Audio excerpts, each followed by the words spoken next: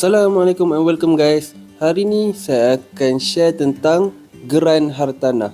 Jom. Apabila developer membeli satu kawasan tanah yang luas, tanah yang besar ni akan diletakkan di bawah nama developer ataupun kalau ia hak milik Majlis Bandaraya, contohnya di BKL, jadi nama di BKL lah atas tanah itu.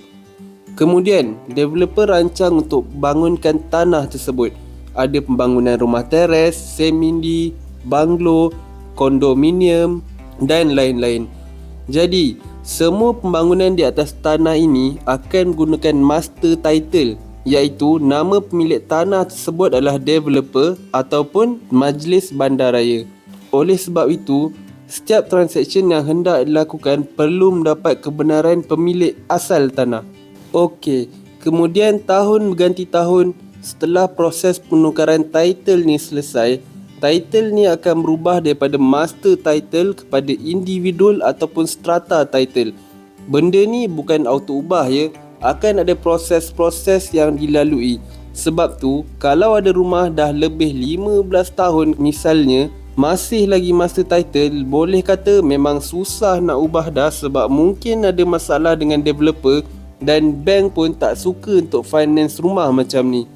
Individual title bermaksud individu yang beli rumah tu adalah pemilik tunggal kepada tanah tersebut. Nama yang tertulis adalah nama individu yang berbeli tanah rumah tersebut.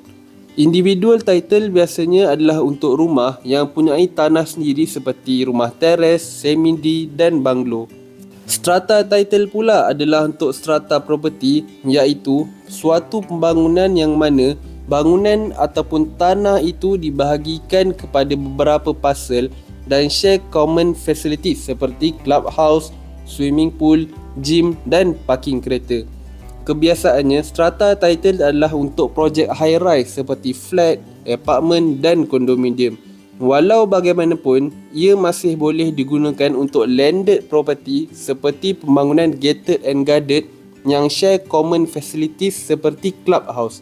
Oleh sebab itu, untuk strata title, kita perlu membayar maintenance fee. Elemen-elemen dalam strata title, yang pertama, parcel iaitu rumah yang kita beli. Yang kedua, harta bersama seperti clubhouse dan gym. Dan yang ketiga, peta aksesori seperti parking. Akta-akta yang menjaga strata title adalah House Development Act, Strata Title Act dan Strata Development Act. Selain itu, ada satu lagi consideration apabila kita hendak beli rumah, iaitu jenis pegangan hartanah.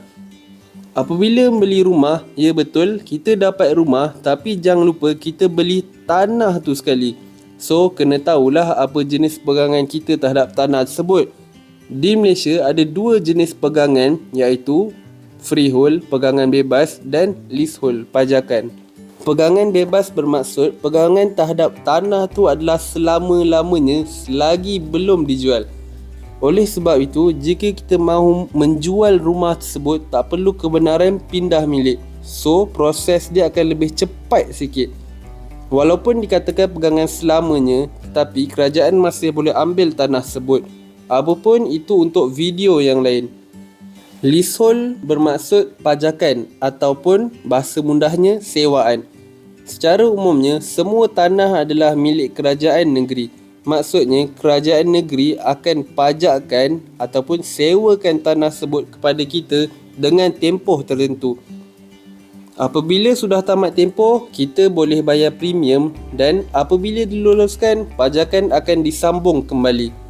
Disebabkan pemilik asal adalah kerajaan negeri, jika nak buat transaksi, perlulah mendapat kebenaran tuan tanah iaitu kerajaan negeri. Kebenaran inilah yang dipanggil sebagai kebenaran pindah milik. Untuk freehold, kebenaran pindah milik ini tidak diperlukan dan transaksi akan lebih cepat berbanding hartanah leasehold. Kesimpulannya, ada 4 gabungan yang boleh berlaku: freehold dan individual, atau freehold dan strata, atau leasehold dan individual, atau leasehold dan strata. Apapun, dalam pembelian rumah ada banyak lagi perkara lain perlu dipertimbangkan. Bukan sekadar freehold jom beli, leasehold tak nak beli. Ianya bukan semudah itu. Yang penting belilah rumah mengikut kemampuan sendiri. Slowly but surely and trust the process. Nampaknya sampai di sini saja video saya untuk kali ini. Jumpa di video akan datang. Assalamualaikum dan bye-bye.